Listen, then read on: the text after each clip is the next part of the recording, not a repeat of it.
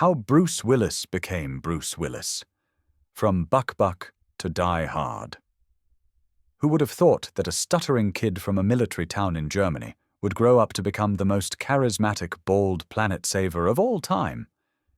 Yet that's exactly what happened. Bruce Willis, real fans call him Walter Bruce, was born on March 19, 1955, in Ida Oberstein, West Germany. Not the most glamorous place, to be honest. His dad was an American soldier, his mum a German. Picture a Jim Carrey movie setup. Love, the army, kids, and a suitcase. When Bruce was just 2 years old, his dad left the military, packed up the family, and moved them to Carneys Point, New Jersey. And here comes the classic setup. Small town, working-class neighborhood, kids on bikes, and one boy who couldn't string 2 words together without a pause. Yep, little Bruce had a major stutter.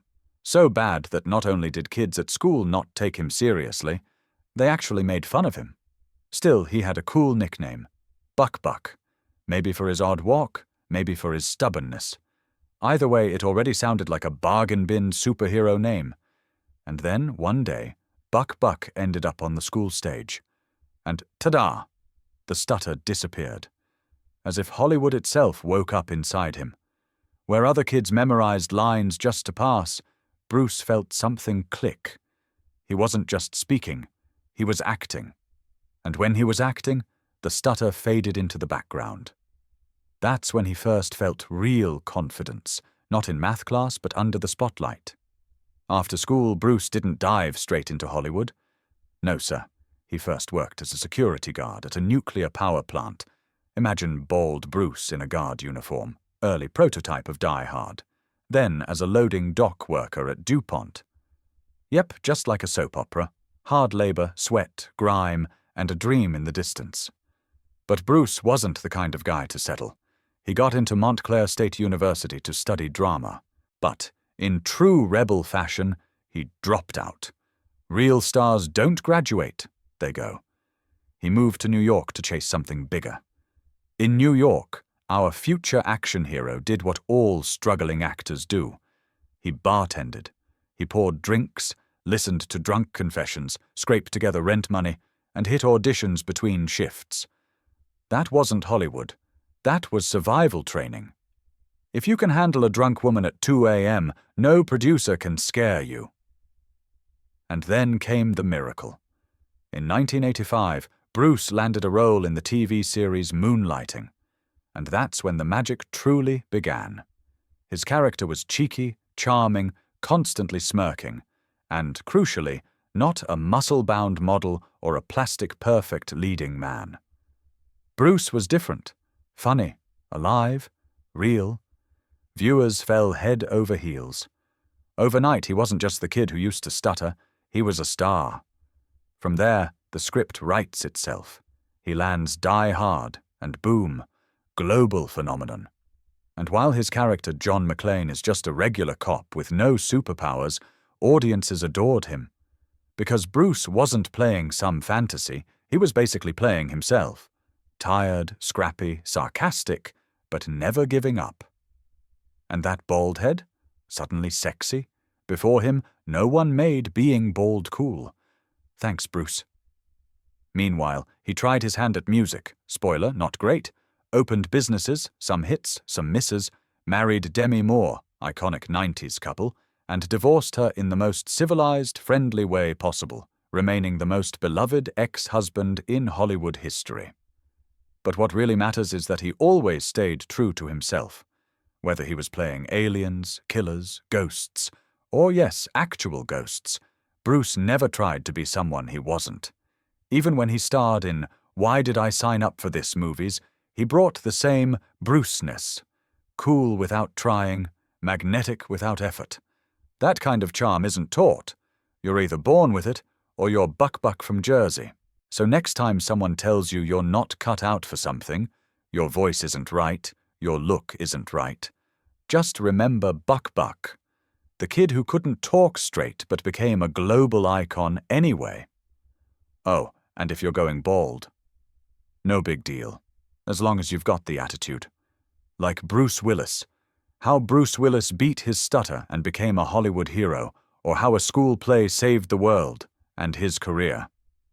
Before he became John McClane, the savior of Nakatomi Plaza, Bruce Willis was just a stuttering kid with a 70s haircut and the nickname Buck Buck.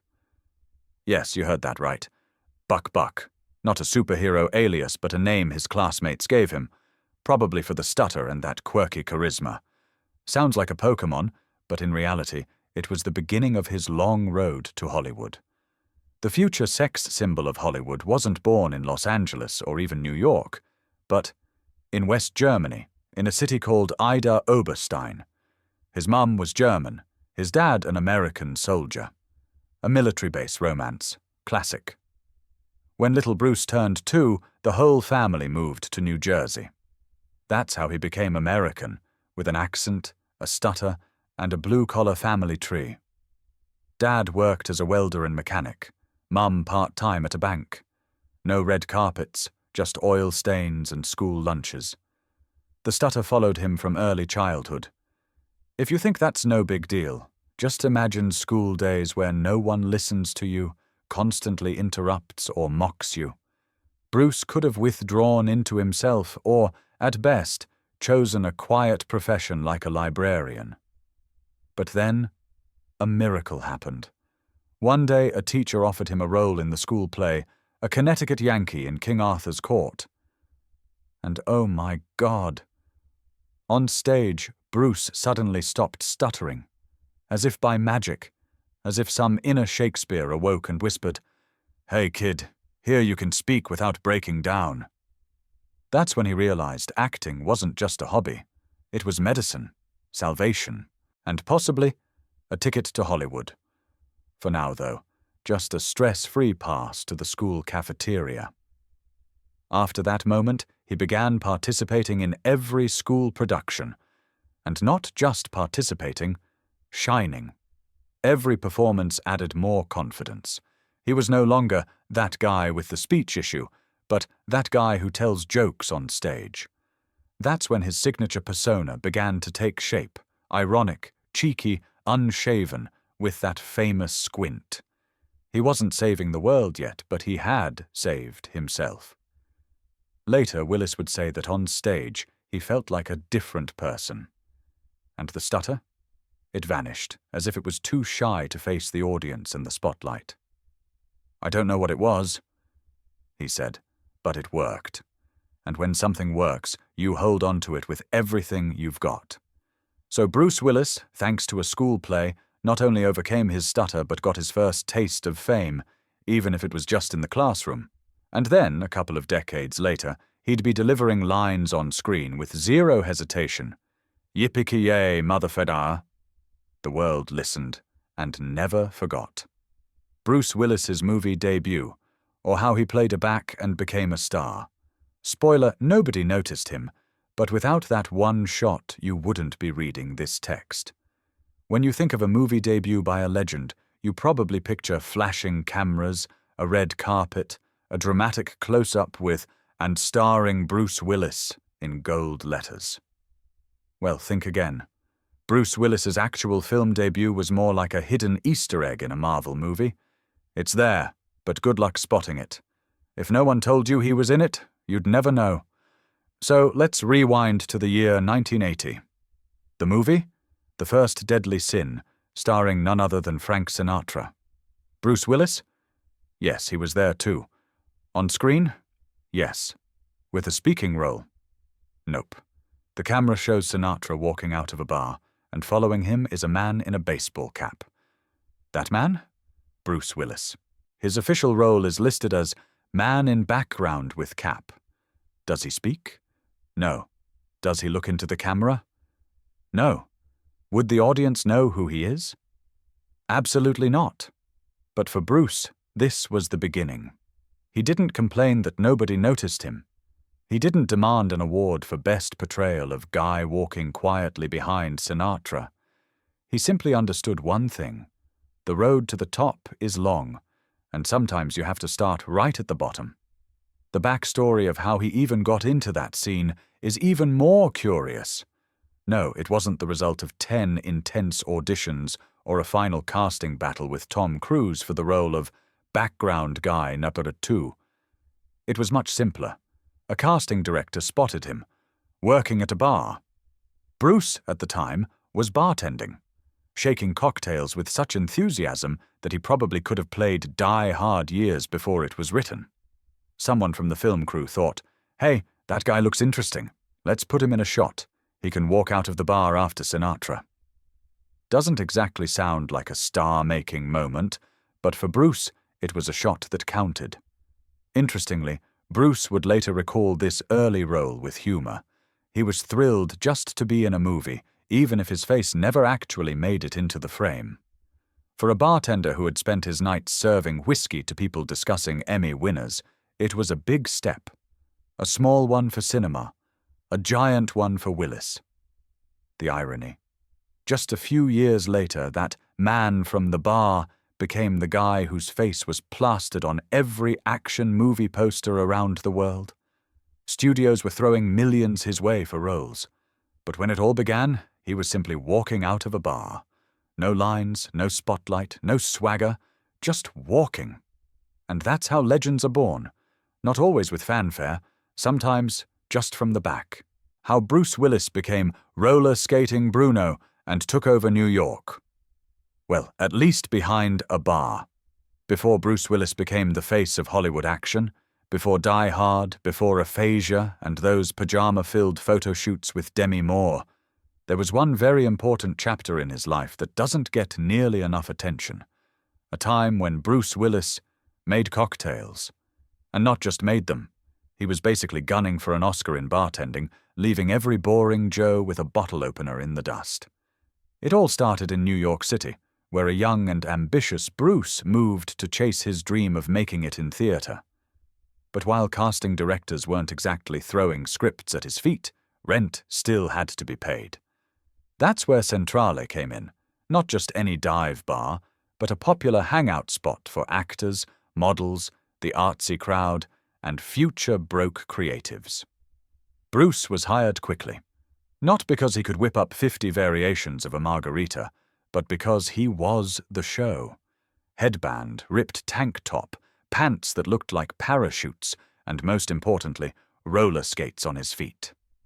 That's right, he skated between tables, juggled glasses, played the harmonica, and cracked jokes like a stand-up comic. If you happened to be in that bar during the 80s, chances are you saw Bruce before he ever appeared on screen. You just didn't know it. And let's be honest, you were probably a little drunk. His fellow bartenders dubbed him Bruno. The nickname stuck so hard that years later, he released a full-blown music album called The Return of Bruno, basically saying, "I'll be back, with a guitar and without a serving tray." Now picture this, casting directors, just dropping in for a post-shoot drink, and here's this guy, roller skating around the bar, singing the blues between orders. Of course they noticed him. Not through acting school, not through an agent, but through charisma and a cocktail shaker. The kind of charisma that could sell ice to Eskimos. As for his career as a waiter, it didn't go well. Bruce gave it a shot, but was told he was too slow. I mean, who's going to run with a tray when they're performing a full one-man show on wheels? Eventually, they asked him to stop serving food, but no one dared take away his skates or his harmonica. That chapter turned out to be Bruce's real acting school. He performed every night, he improvised, he won over the crowd. And most importantly, he was learning to become the Bruce Willis the world would later fall in love with. Slightly cocky, always squinting, and absolutely unlike anyone else. So yes, Bruce's career didn't start with a lead role, it started behind a bar. But if you can be a star in roller skates while serving whiskey, Hollywood doesn't stand a chance. How moonlighting made Bruce Willis a star and almost drove him crazy, or what happens when you've got a contract, a haircut, and sharp wit, but absolutely no patience. Before Bruce Willis was saving Christmas parties in Die Hard, he became America's favorite face on TV, thanks to the hit series Moonlighting. And if you think it was all fun, romance, and clever banter, well, welcome to Hollywood. Behind every charming smile, there's usually a pile of stress and at least a few grey hairs. So, it's 1985. Bruce is in his early 30s, bouncing between auditions and bartending gigs, when, boom, he lands an audition for a new show starring Sybil Shepherd. She's already a star.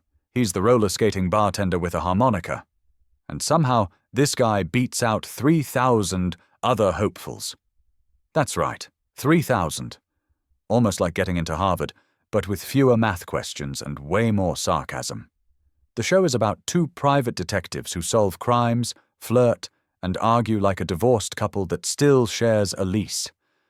And guess what? It's a smash hit. To everyone's surprise, Bruce turns from that guy in commercials into a full-blown TV hero. His character, David Addison, is cocky, funny, flirty, and honestly, just Bruce being Bruce. The camera loved him. The audience adored him. Women swooned, men rolled their eyes, and the studio watched ratings and profits soar. But behind the scenes? Oh, it was a mess. Word on the Hollywood street is that Bruce and Sybil couldn't stand each other. He was the jokester, she was the perfectionist. He improvised, she stuck to the script. He wanted a beer, she wanted take 12. This charming chaos meant the show's production slowed to a crawl. Some episodes took 2 weeks or more to film. Tensions rose.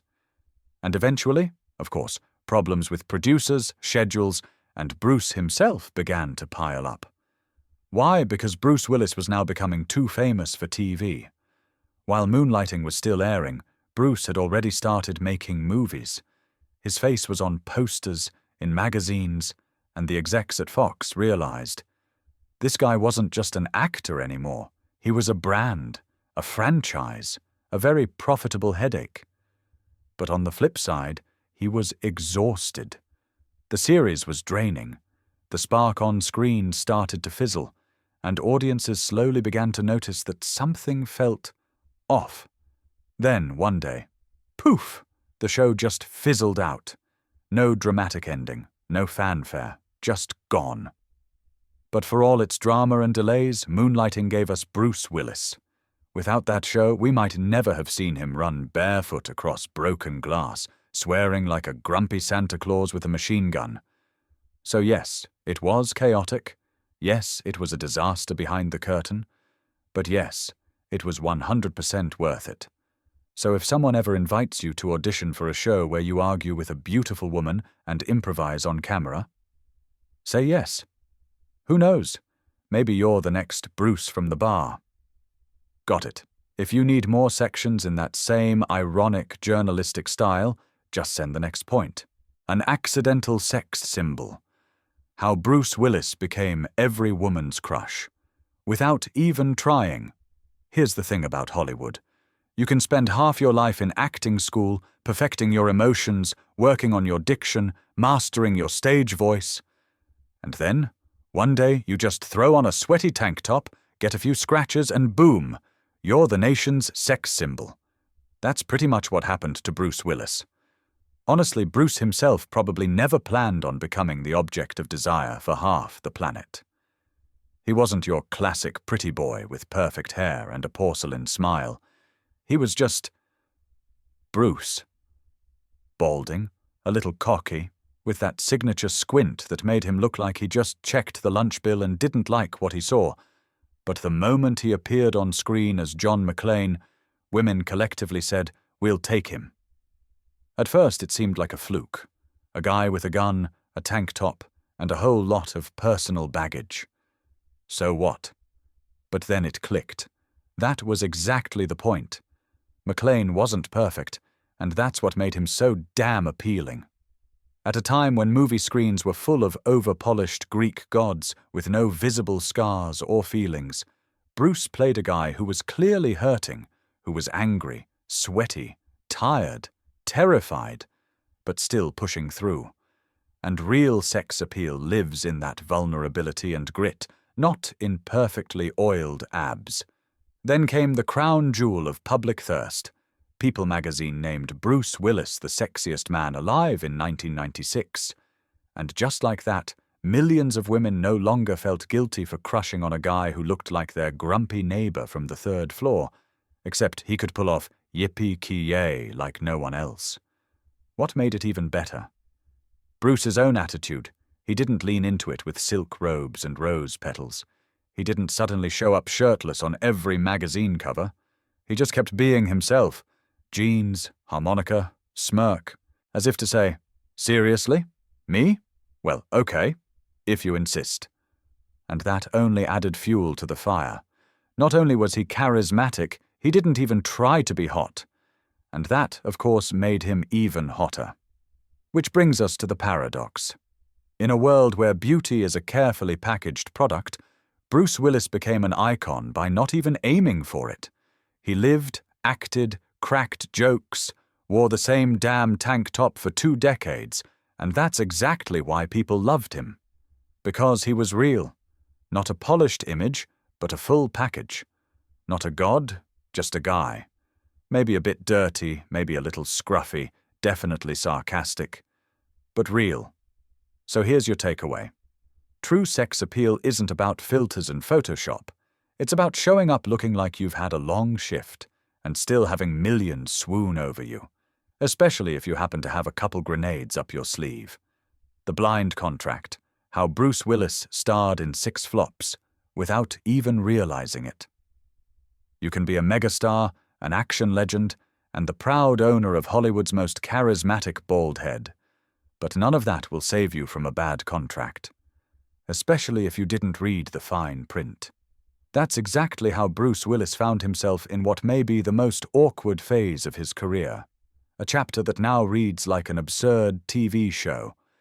How I ended up in movies I barely remember. It all started in 2021, when Bruce signed a deal with the relatively unknown production company Emmett Furler Oasis. On the surface, it looked like business as usual. But instead of 1 movie, Bruce somehow ended up starring in 6. That's 6 low-budget, poorly filmed, poorly edited, and, let's be honest, even more poorly titled movies, where Willis appeared for maybe 10 to 15 minutes each, sometimes pushing a cart in a supermarket, sometimes just sitting in a chair. The whole thing felt like he had simply wandered into frame on his way to the bathroom.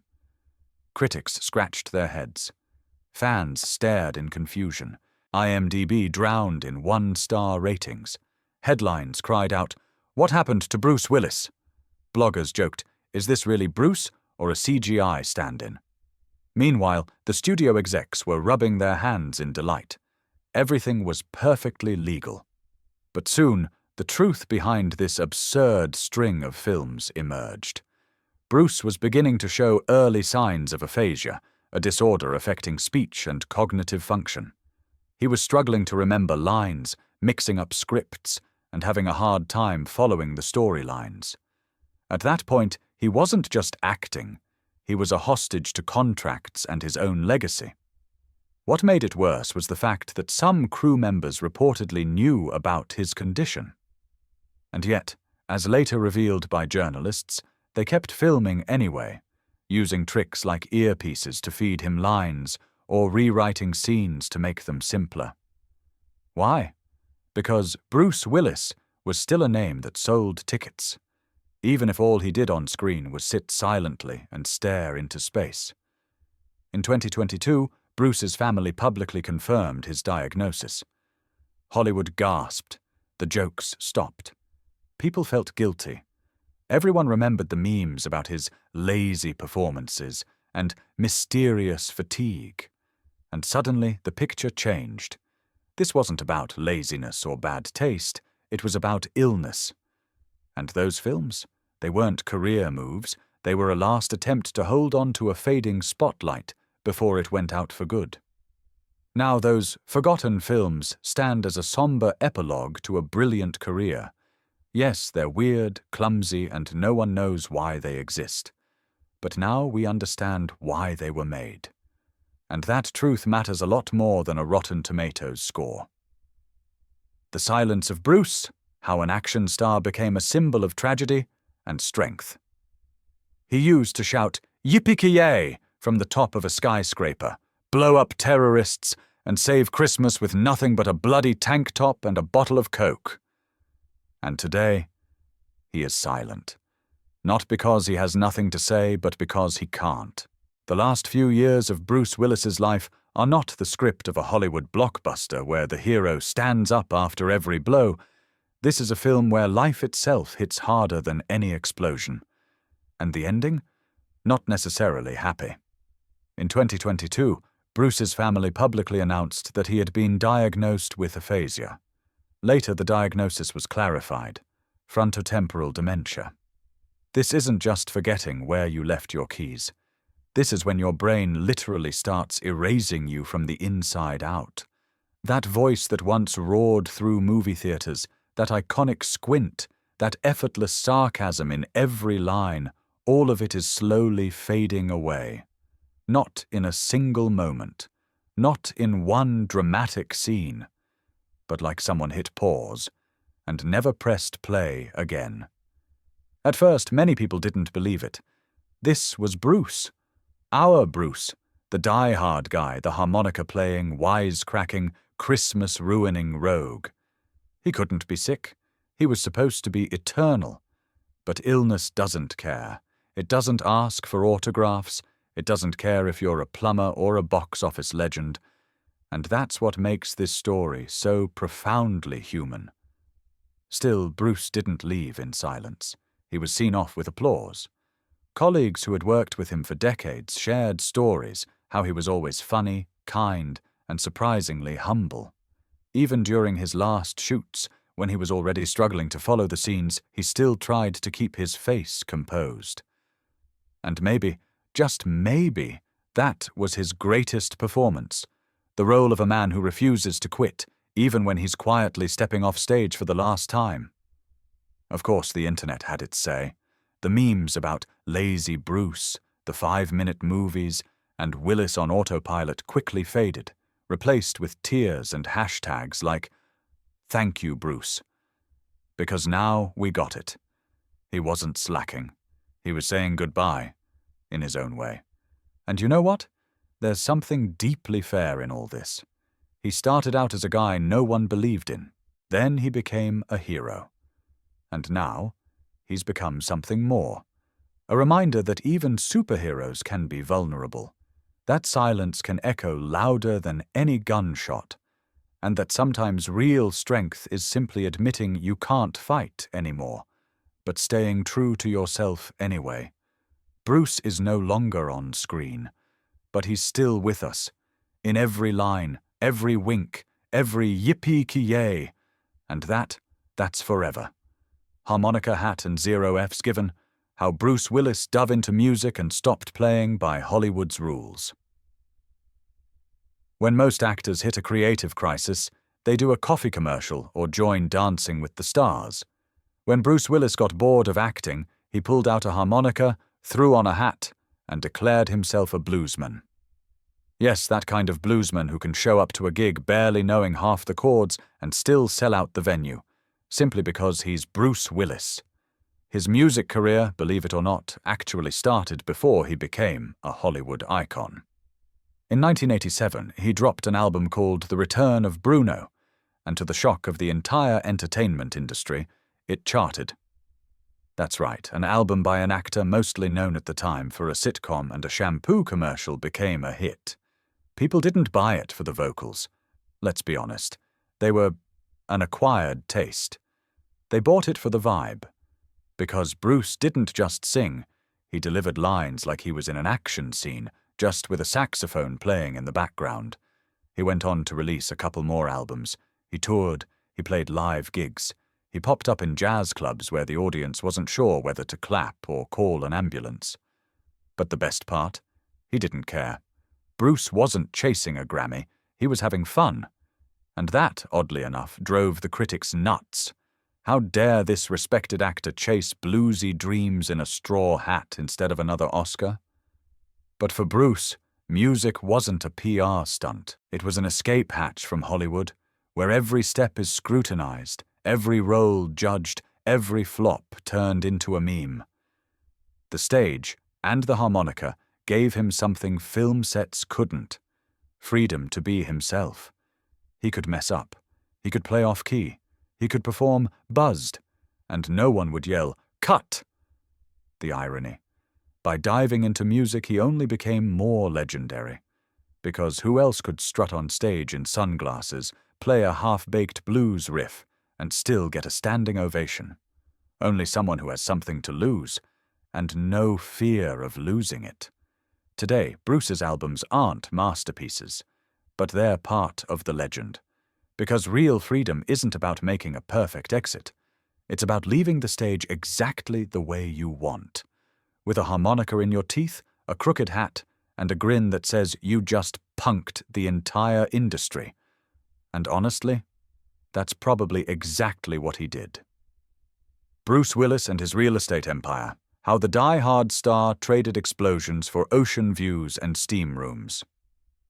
Bruce Willis, the man who once took down terrorists barefoot, eventually got tired of blowing stuff up and decided to surround himself with silence, pools, spas, and panoramic Caribbean sunsets. A Hollywood action hero with the soul of a quiet retiree, Bruce somehow turned his real estate portfolio into something bigger and flashier than the filmographies of most B-list actors. So what do you do when you've starred in 5 diehards, launched multiple franchises, and built a brand around tank tops and sarcastic squints? You buy 22 acres in New York, a duplex in Manhattan, a beach house on a private island, a ranch, a condo, a Brentwood mansion, and then sit back while your accountant quietly has a panic attack. Let's start with Brentwood, California, a cozy $9.8 million mansion. This was no ordinary house. It came with a home theater, a sauna, and an indoor pool. Everything you'd need to never leave the house or get talked into another sequel. It's quite likely that this is where Bruce whispered to himself, "No more gunfights, just bubble baths." But Bruce didn't stop there. He went bi-coastal with a 22-acre estate in Westchester, New York, which cost him $12 million at first glance.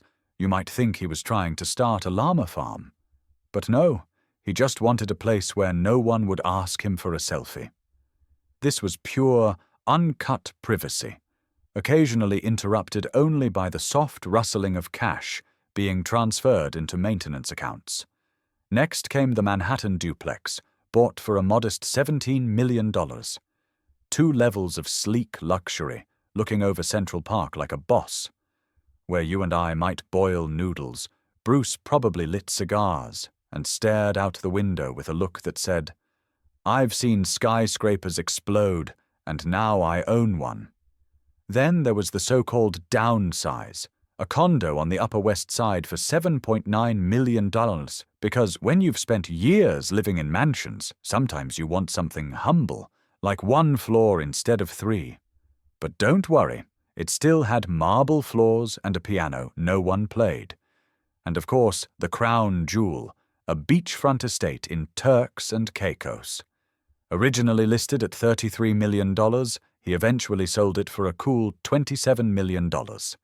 A place so luxurious even the palm trees probably knew who John McClane was. The kind of home where your morning coffee comes with a side of ego boost from the ocean breeze. So, why all the homes? Was it investment? Not really. It was a different kind of battle. Not with bad guys, but with life itself. As Bruce's health began to decline, he started selling off properties and moving closer to family in California. This wasn't a fire sale. It was a quiet retreat from the spotlight.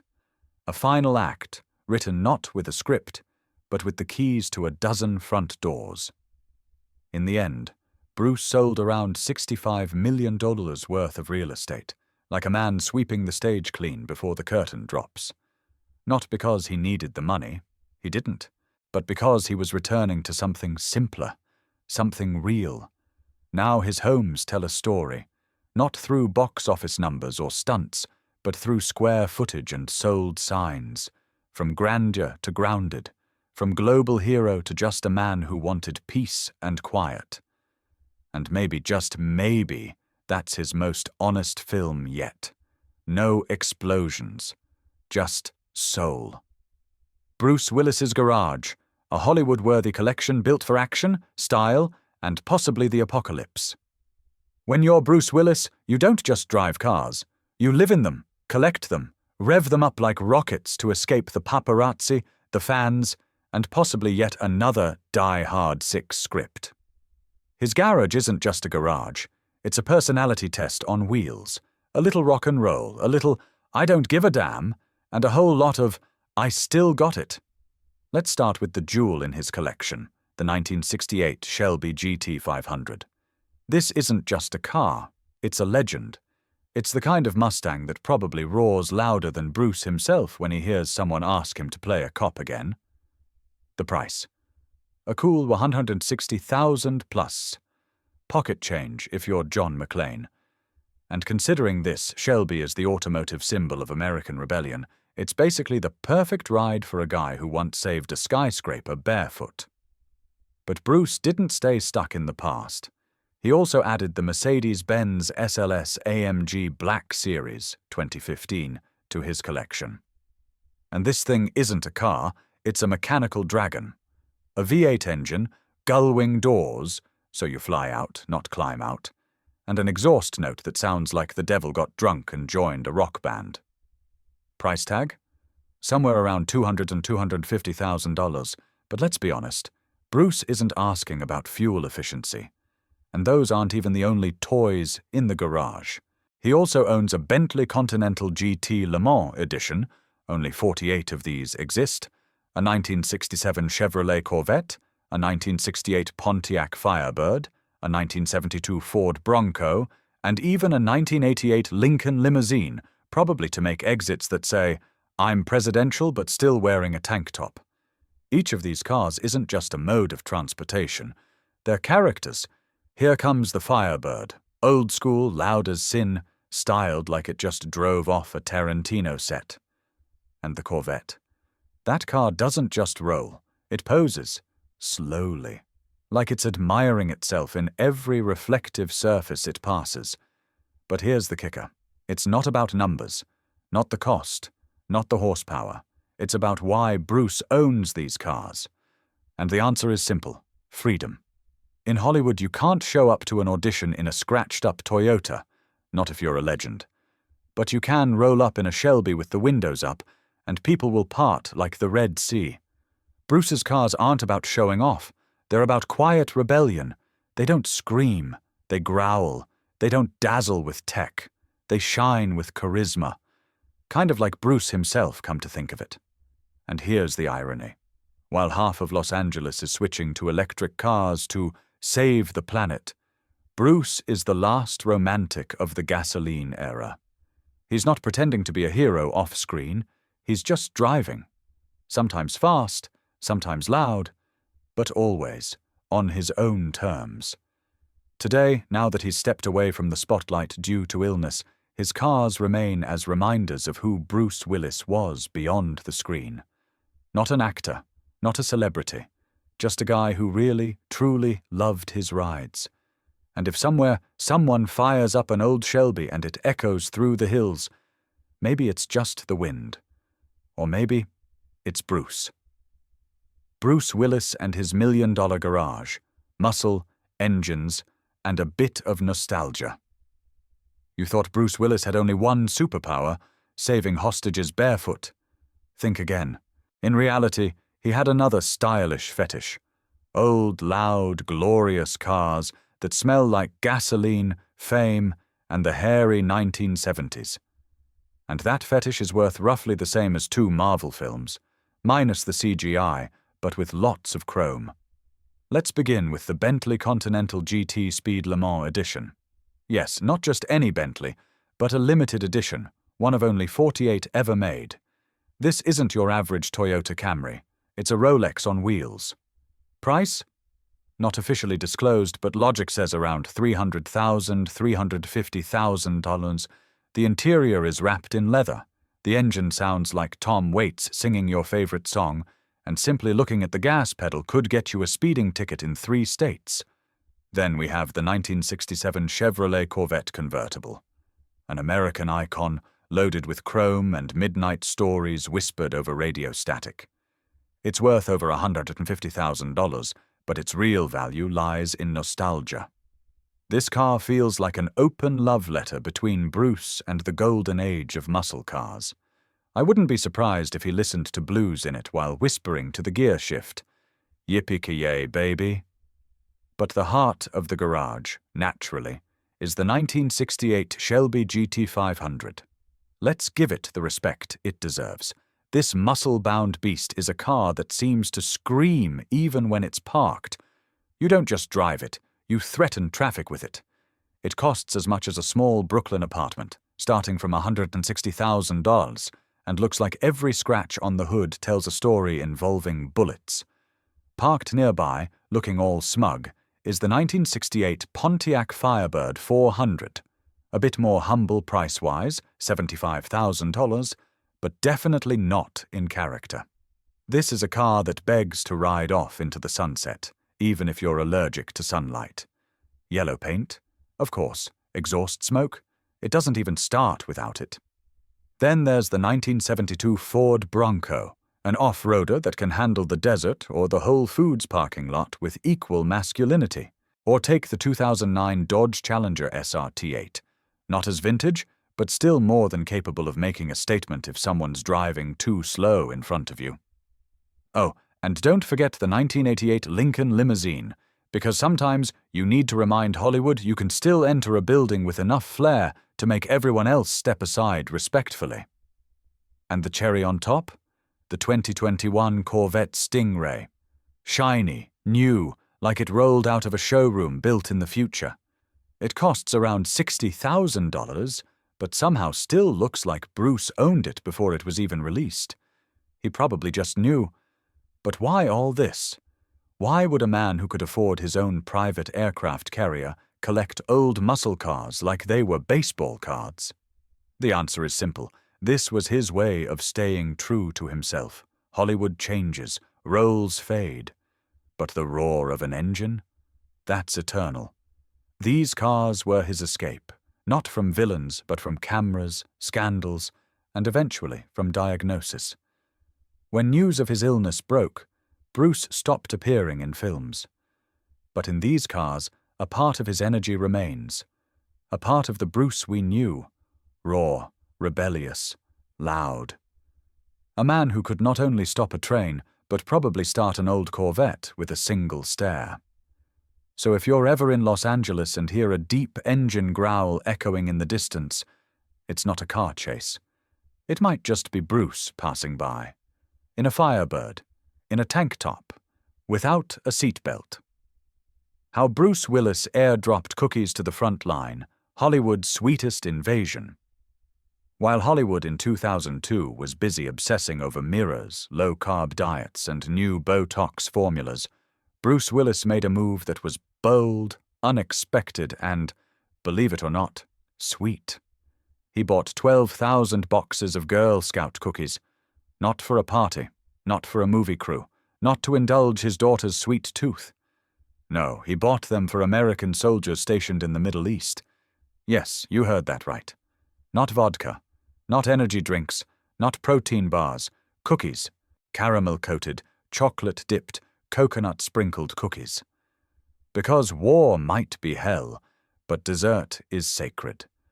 This act belongs in the "you couldn't make this up" category. But Bruce, as we know, is a man of quirks and a kind heart, hidden beneath layers of gruff one-liners, forehead wrinkles, and that signature squint. So, when he heard that his friends at the local Girl Scouts couldn't sell enough cookies, he didn't just write a check. He sent the cookies into a war zone. Imagine the scene. A dusty tent in Kuwait or Iraq, soldiers opening a crate expecting rations, only to find Samoas and thin mints. No ammo, no tactical gear, just a surprise delivery of sugar, chocolate, and pure, unfiltered nostalgia from John McClane himself. And it worked. Soldiers were overjoyed. War is brutal, depressing, and often confusing. But a box of cookies? That's a little piece of home. In a place where human kindness feels as rare as a cool breeze, Bruce's gesture was a reminder that someone far away, and famous, actually gave a damn. Of course, the press tried to spin it. Another Hollywood actor sticking his nose into the military. But Bruce didn't stage a photo shoot next to a tank. He didn't show up in fatigues, handing out boxes for the cameras. He simply bought, shipped, and said nothing. The story only came out later, accidentally from grateful soldiers who let it slip that the die-hard guy had suddenly become the cookie guy. Why did he do it? Who knows? Maybe he remembered growing up on a military base in Germany, raised in a soldier's family. Maybe he just figured troops deserve joy, too, not through speeches or weapons, but through cookies that smelled like childhood. And that's the irony. This strange little move was one of the most genuine acts of kindness any action star has pulled off in decades. No slogans, no sponsored by stickers on the boxes, just chocolate and compassion. And really, isn't that who Bruce Willis is? On the outside, rough, terse, straight to the point. But underneath, a guy who knows how to surprise you in ways that make even the Pentagon raise an eyebrow. So if you think Bruce Willis was just the guy sprinting barefoot through exploding buildings, think again. He also pulled off Hollywood's weirdest and most heartwarming humanitarian mission. No fanfare, no ego, just a guy doing something good because it felt right. And if one day, deep in a desert base, someone opens an old box with a faded Girl Scout logo and finds a note inside that reads, "Yippee-ki-yay, boys," don't be surprised. It was him. How Bruce Willis forgot he was. Bruce Willis, Hollywood's final act for its toughest hero. He once saved the world barefoot, shot guns without reloading, and was the walking definition of masculinity that couldn't be broken by terrorists, bad scripts, or even a hangover. But in his final years on set, Bruce Willis, the very same John McClane, became the star of another kind of action movie. A real one. A heartbreaking one. This time, the title might as well have been Cognitive Decline, directed by Nature, written by Aphasia, produced by Father Time. While the public continued to see Willis's name on posters for yet another low-budget action flick, behind the scenes, reality looked more like a surreal drama than a Hollywood blockbuster. Directors whispered, assistants nervously stared at the floor, and body doubles started clocking more screen time than Bruce himself. Colleagues said he would get lost on set, mix up his lines, and even miss fire guns, literally. Eventually he had to be fed his lines through an earpiece. Memorizing even short phrases had become impossible. His shooting days were cut to bare minimum, just 1 to 2 hours, so as not to overwhelm the legend who was slowly, painfully losing his grip on reality. And here's the kicker. He was still playing characters who could outsmart the world, but in real life, he was already forgetting where he was. None of this would have passed in a well-written script. It was too cruel. What's worse, the movies he made, over 20 in just 2 years, looked like cinematic knockoffs from AliExpress. Cheap, uninspired, with Bruce's name slapped on like a brand sticker. Behind the scenes, the truth was simple. Bruce kept working because he still could. Because the disease hadn't yet robbed him of everything. That's both his tragedy and his humanity. People judged him. Why is he embarrassing himself? This isn't the Bruce we knew. But do we really have the right to judge a man who was just trying to hold on to who he was in a body and mind that were slipping away? This wasn't about PR. It wasn't about squeezing money out of fans. It was about saving the last pieces of his identity, while he still recognized them. While he still remembered the faces on set. While he could still deliver a line, even if it was only for 10 minutes. Because as long as the audience clapped, he was still alive. As long as someone in the crowd whispered, "Hey, that's Bruce," he was still here. The scariest part isn't the illness. It's how quiet Hollywood stayed while it was happening. While he shot 17 movies in 2 years, no one stopped to say, "Bruce, take a break. We already love you." He became a machine for printing box office names. But behind that name was a tired, confused man, once known as the toughest guy on screen, who now couldn't remember what that toughness even meant. Only after his family announced his diagnosis did Hollywood start clapping for real. They rescinded his "Razzie" for worst performance. They wrote tearful think pieces. They claimed they always respected him. Where were you before? Today, Bruce is no longer in the spotlight. He won't deliver another yippee-ki-yay. He lives in a world that might no longer include terrorists, pistols, or Die Hard. But in the memories of millions, he's still the man who never gave up, even when his memory gave up first. And maybe, just maybe, that's the most honest, human role he's ever played. Bruce Willis and the era of trash cinema, how a Hollywood legend became the king of the bargain bin. Remember Bruce Willis? Yes, that Bruce, Die Hard, John McClane, the guy who saved skyscrapers, space, and occasionally common sense. Now imagine that same Bruce in a film shot in 3 days, where he appears on screen for exactly 7 minutes, stares blankly into the distance, and mutters something like, "We have to stop him. Now." That's it. Roll credits. Paycheck, $500,000. Thus began the glorious era of Bruce Willis's direct-to-DVD descent. Or as critics kindly put it, the time of shameful films with a big name and zero content. And if you thought it was just a couple of flukes, brace yourself. There were more than 20 of these cinematic gems, plots generated by a broken AI, titles that sound like they were made up by a neural network after a few too many shots of tequila: Cosmic Sin, Deadlock, Out of Death, Fortress. You get the idea. The formula was simple. Shooting, maximum of 2 days. Roll 3 scenes, preferably motionless. Dialogue, don't bother memorizing, we'll whisper it in your earpiece. Pay, same as half a season of Friends. Reviews, who checks Rotten Tomatoes anyway? Viewers scratched their heads. Is that really Bruce Willis? Why does he just stare into space like he's trying to find the exit sign? Why doesn't he run, shoot, or crack a joke? Just stands there, occasionally blinking. The answer was simple. He was already battling aphasia, a disorder that destroys speech, memory, and comprehension. He still wanted to work, to act, to hold on to the craft that made him a legend. But as usual, the world realized too late. Critics were brutal. They accused him of being too lazy to act, selling his name for scraps, and tarnishing his legacy. The cherry on top. The Razzies created a special category in 2021, Worst Bruce Willis Performance in a 2021 Movie. Yes, he was so prolific that year they had to make an entire category just for him. And then? Then came the twist.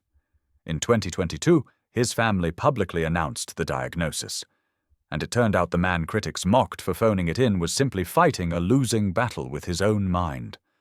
While the internet snarked, he was racing against time to do what he loved before he couldn't anymore. The Razzies quickly deleted the nomination and pretended to care. But the stain, it stayed. So what was he? A sellout star cranking out garbage for a paycheck? Or a real actor who fought to keep doing what he loved, even when his body and mind were turning against him? The truth, most likely, lies somewhere in the middle. Maybe yes, he needed the money. Maybe agents and producers nudged him along. Come on, Bruce, just 2 days, you don't even have to learn the lines. Maybe he simply wanted to feel useful, even if that meant starring in a Z-grade movie with a cartoon villain and graphics that looked like they were made on a flip phone. But you know what's really sad? Not the movies, it's how quickly the public and the industry gave up on him. How fast they forgot who he was, and who he still tried to be until the end. So next time you see a poster with Bruce Willis and a title like Anti-Life 2, The Virus Returns, don't be so quick to laugh. Maybe it's not a masterpiece, but it's part of the final act of a man who didn't quit, even when the rest of the world assumed he already had. Because in real life, unlike the movies, sometimes the hero doesn't run or shoot. He just steps into the frame and holds on. Unmasked but still charismatic, how Bruce Willis became a pandemic pharmacy rebel. In January 2021, while the world was living in an era of hand sanitizers, 6 feet apart rules, and general fear of anyone who dared sneeze in public, a Hollywood legend decided to remind us of his existence, in a rather unusual way. No, he didn't star in Die Hard with a cough. He simply walked into a pharmacy without a mask. That's it. Scandal served. Los Angeles. A pharmacy. Surveillance cameras capture a man entering, wearing a bandana, but not over his face. Staff politely, or not so politely, ask him to put on a mask. The man refuses. And that man was Bruce Willis, our beloved savior of Christmases, the hero who once blew up skyscrapers and now nearly blew up the internet. He was kicked out of a pharmacy. Bruce. Freaking Willis. It all sounded like the beginning of a bad joke. So Bruce Willis walks into a pharmacy. But no, this was very much the reality of 2021. The internet exploded naturally. Memes, angry Twitter threads, tabloid headlines like Die Hard, without a mask or a conscience, and Bruce Willis, hero in movies, villain in a pandemic. People did not hold back. Some accused him of being irresponsible, others called it a publicity stunt, and a few claimed it was a cry for attention. Well, if it was, mission accomplished. Willis quickly realized he had become the accidental anti-hero of the TikTok era and issued an apology. It was an error in judgment, he said, and promised to be wiser next time. Fair enough, but the internet never forgets. This wasn't just anyone. This was Bruce freaking Willis, and people expected more. Even the pandemic skeptics seemed disappointed. He could have at least made it look cool. Compared to this awkward little episode, even some of his cinematic disasters looked slightly less embarrassing. You'd think, no big deal, he forgot a mask. But not in 2021. Going maskless in a public place was like firing a gun in a yoga studio. Quiet just wasn't an option. Some fans rushed to defend him. Maybe he just forgot. Maybe the bandana counts. Maybe he was rehearsing for a post-apocalyptic role. His face does look like he just emerged from nuclear war, after all. But the critics were louder. Much louder. Media outlets jumped on it. Articles, video reports, exclusive interviews with the cashiers allegedly present, infection rate maps for a 2-kilometer radius around the pharmacy. Bruce's quick aspirin run turned into a full-blown media circus. Naturally, the conspiracy theorists chimed in. Some claimed it was all a PR stunt, that Bruce was preparing a COVID-themed action movie and testing public reaction. Others suggested it wasn't Bruce at all, but a digital clone, which would explain why he didn't understand what a mask was. After all, if 2021 was good at one thing, it was fueling wild theories. But at the core, this story wasn't about a mask. It was about how we, society, are ready to chew up our heroes the second they slip. Bruce was the man who saved planes, cities, even planets. And now, a guy getting kicked out of a CVS. The contrast says everything about the post-ironic world we live in. He just wanted aspirin, and ended up a meme. He tried to exit quietly, and entered internet history instead. And as much as we love to believe Bruce always has it all under control, this episode reminded us, even the toughest action hero can forget his mask sometimes. Bonfire of the Vanity Projects, how Bruce Willis starred in the most glorious flop of the 90s. Back in the distant year of 1990, when Bruce Willis wasn't yet churning out 20 straight-to-video thrillers a year and wasn't an honorary member of the Hollywood stars who should probably retire but nobody has the heart to say it club, he landed himself a project that was supposed to be his golden ticket into the world of serious cinema. No explosions, no bloody shootouts. This was, brace yourself, a literary adaptation. Real art! Tom Wolfe! Highbrow material! Oscar bait! The film was called The Bonfire of the Vanities. And no, this wasn't a die-hard spin-off where John McClane takes down Wall Street. This was a heavy-handed attempt to make a deep, intellectual movie about the moral decay of America. But what we got was, well, let's just say it wasn't good. So not good that even Uwe Boll probably winced in sympathy. The plot had ambition. The rich and corrupt are forced to face reality. New York society laid bare. Class tensions, hypocrisy, courts, journalists, scandal. And right in the middle of it all, Bruce Willis as journalist Peter Fallow, a washed-up drunk with a sharp pen and even sharper cynicism. Sounds perfect, right? As if the role was tailor-made for him. But there was just one tiny issue. Willis didn't really act. He just sort of appeared, with the confident gaze of someone who didn't quite understand what was happening, but had signed the contract anyway. Someone must have told him, "Bruce, forget the guns and the quips. You're a writer now." And poor Bruce probably replied, "What's subtext? Can I at least shoot someone with my eyes?" The problem wasn't just Bruce. The entire cast felt like it had wandered in from a different movie. Tom Hanks, before he found his groove as Forrest Gump, played a banker who was supposed to be despicable, but came off more like a bored accountant. Melanie Griffith looked like she'd stepped off the set of a soap opera and forgot to change wardrobes. And director Brian De Palma, yes, Scarface's Brian De Palma, decided that satire works best when you remove all visible signs of irony. The result? A box office disaster, critical annihilation, a full-on cinematic implosion. Reviewers didn't hold back. Empty, pretentious, a casting decision made by drawing names out of a hat. And this disaster had a budget of nearly $50 million, which in 1990 was basically a Marvel-level investment. Years later, Willis would admit in an interview, the film was dead on arrival. Hard to argue with that. Sometimes it's better to walk away from a burning building than pretend you're the fire marshal.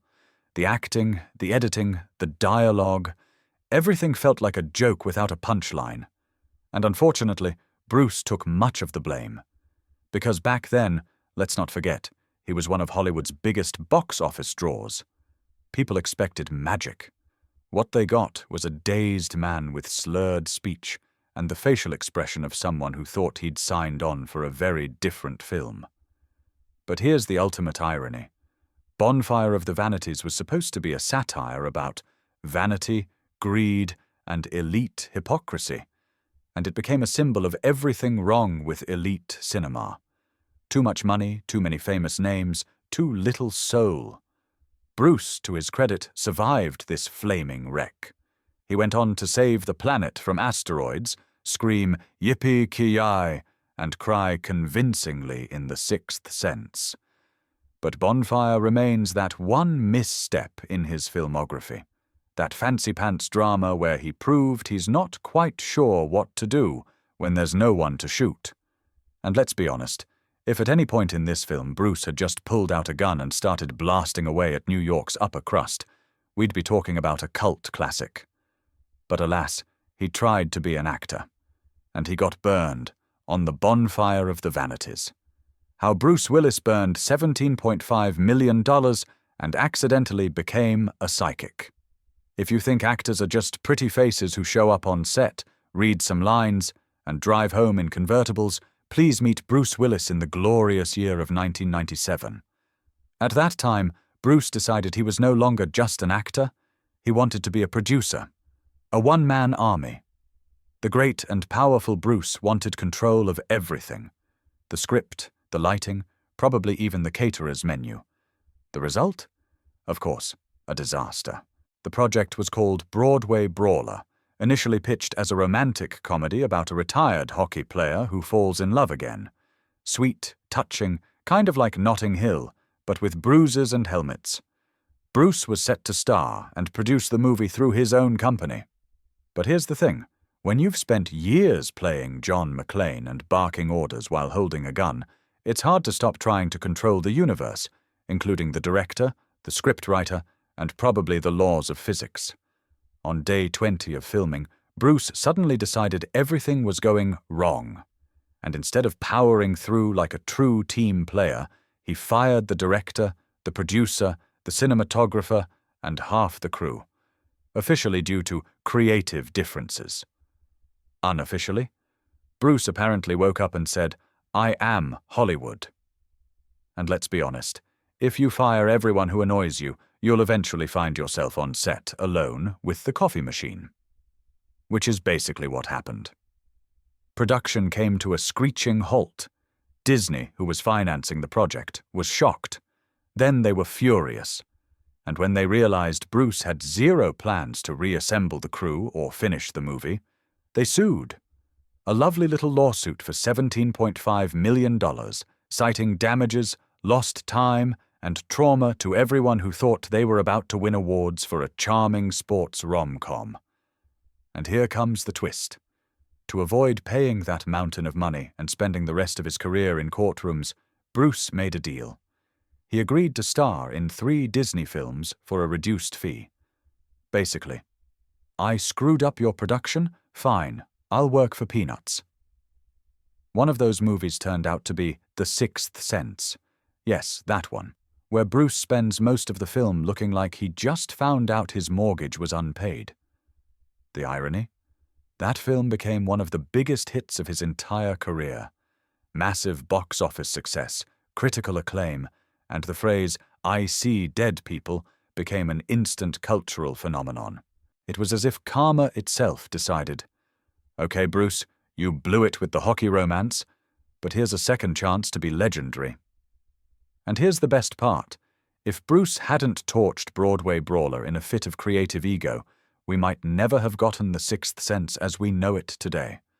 No slow zooms on his ghostly face, no twist ending that shocked the world, no return to serious acting chops after a string of shoot-'em-ups. So, the star of this story is a man who fired half his crew, tanked a movie, got sued, and ended up playing a psychic and reviving his career. That's Hollywood logic at its finest.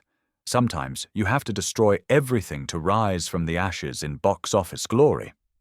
Bruce never really returned to producing passion projects from scratch after that. Maybe he realized it's easier to save Earth from asteroids than to produce a romantic comedy about hockey. And honestly, we agree.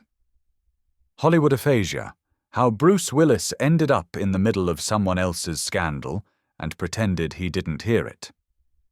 Usually when Bruce Willis's name pops up in headlines, you expect something simple. Another action movie, another divorce, or another attempt to play a character who doesn't speak much because, well, that's convenient. But in 2022, things got a lot more serious. The headlines screamed sexual misconduct, money manipulation, and guess who's in the room? Bruce Willis. Only this time he wasn't the star of the show. He was, let's say, an accidental witness, a colleague, or just another celebrity shadow in a room full of bad air. The main villain of the story was producer Randall Emmett, with whom Bruce had worked on a bunch of low-budget films that were thrown together quickly, in a genre best described as, "We've got a star, but he may not know what's going on." It was with Emmett that Bruce filmed his final roles, the ones that made audiences Google things like, "What happened to Bruce Willis?"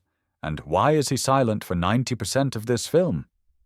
And then, bam, came the investigation by the Los Angeles Times, accusing Randall of everything from offering roles in exchange for sex to abusing assistants and blatantly lying to investors. Oh, and let's not forget, he allegedly continued filming Bruce Willis knowing full well about his diagnosis of aphasia, possibly even exploiting Bruce's condition to finish films where the actor no longer understood where he was or why cameras were rolling. That's not a good look. The internet naturally exploded. Bruce Willis? In this mess? No, he wasn't accused. No, he wasn't the perpetrator. But he was there. So the questions started piling up. Did he know? Could he have stopped it? Or was he just nodding when someone told him, "Look to the left, Bruce, and you can go back to your trailer"? Bruce's lawyers were quick to respond. They released a statement saying their client had no knowledge of any misconduct, hadn't exploited anyone, and basically, he just wanted to keep working while he still could. According to them, the man was battling a degenerative condition, and these films gave him a sense of purpose. What Randall Emmett was doing behind the scenes? A separate horror movie altogether. But public opinion isn't always so kind. In an era where actors get cancelled over a tweet from 2009, just being nearby is enough to raise eyebrows, especially when nearby means over a dozen movies where Bruce appears for 12 minutes total and barely speaks. What's suspicious isn't that he acted, but that he did it on autopilot, while someone behind the curtain was allegedly stuffing their pockets and turning the set into a toxic circus. Of course, Bruce himself didn't comment, and maybe he can't. His team continues to speak on his behalf, saying, he tried, he cared. And that's probably true. But the taste this story leaves behind is like cheap whiskey. It burns, and it lingers far too long. The moral of the story? Even if you're John McClane, even if you once saved the planet from asteroids, in Hollywood, you can still be a pawn in someone else's dirty game, especially if that someone is a producer who treats ethics like a line item in a budget, to be cut if necessary. So no, Bruce wasn't charged with anything. But after this scandal, watching his final films feels a little bit like drinking coffee while knowing the barista just cried into your cup. Sure, it's still Bruce, but something's not right anymore. A family album with dementia, why Bruce Willis's daughter shared her father with the world and got burned for it. Once upon a time, Bruce Willis was saving hostages, smashing glass ceilings, jumping off skyscrapers and growling, "Yippee-ki-yay!" Now he's just sitting on a couch in sweatpants, with a blank stare and a mug of tea in hand. And naturally, he ended up on Instagram. Tallulah Willis, his daughter, decided to show her father as he is. Not a superhero, not an action star, but a regular grandfather living his quiet life, with a diagnosis, with care, with his family by his side. "I just want to share joyful moments," she said when the critics came storming in. But the internet, oh, the internet, it's like a swarm of angry bees. Poke one topic and here they come. The comment section turned into a mini online inquisition. Why are you showing your father like this? Where's the respect for his privacy? Why does everything have to be public? Where's the line between sharing and chasing attention? Now picture this. You're the daughter of a Hollywood legend. Your father has spent his life in the spotlight, but now his memory is like a roll of film slowly being erased. And you want to preserve these moments for yourself, for your family, for those who still remember him as a hero. You post a photo of him smiling at breakfast. And in return, a wave of backlash. Exploitation. Why are you doing this? Leave him alone. And here's where the conversation gets interesting. It's not about Tallulah. It's not even about Bruce. It's about the moral line in the digital age. Does a celebrity's family have the right to show them publicly when they can no longer give consent? Or is this, in fact, the truest form of love, not hiding, not being ashamed, but sharing what is real? Tallulah has her answer. She says the posts are intentional, that her father is surrounded by love, and there's no pity in those pictures, only warmth. She wants to show that even when memory fades, feeling remains, family remains, the person remains. But as always, the internet wants more. Some commenters brought up how, in recent years, Bruce was acting in questionable films, possibly under pressure or just for the money. Others pointed to the recent scandal involving his producer, where there were whispers of exploitation. And now, these Instagram photos. It all feels like too much exposure, too much of Bruce put on display. But let's be honest. If Tallulah hadn't posted those photos, rumors would have started anyway. If the family had gone quiet, tabloids would be printing headlines like, "What is Bruce Willis's family hiding?" People are going to speculate no matter what. So here he is, Bruce, sitting with a dog, holding his daughter's hand. Not saving the world, but not pretending everything is still the same either. And honestly, isn't it better to see him smiling at home than starring in yet another soulless film where he appears for 3 minutes, staring blankly into space? Tallulah is showing us. Dad is here. We're with him. And if anyone gets to decide how to share him, it should be the family. Yes, the world has changed.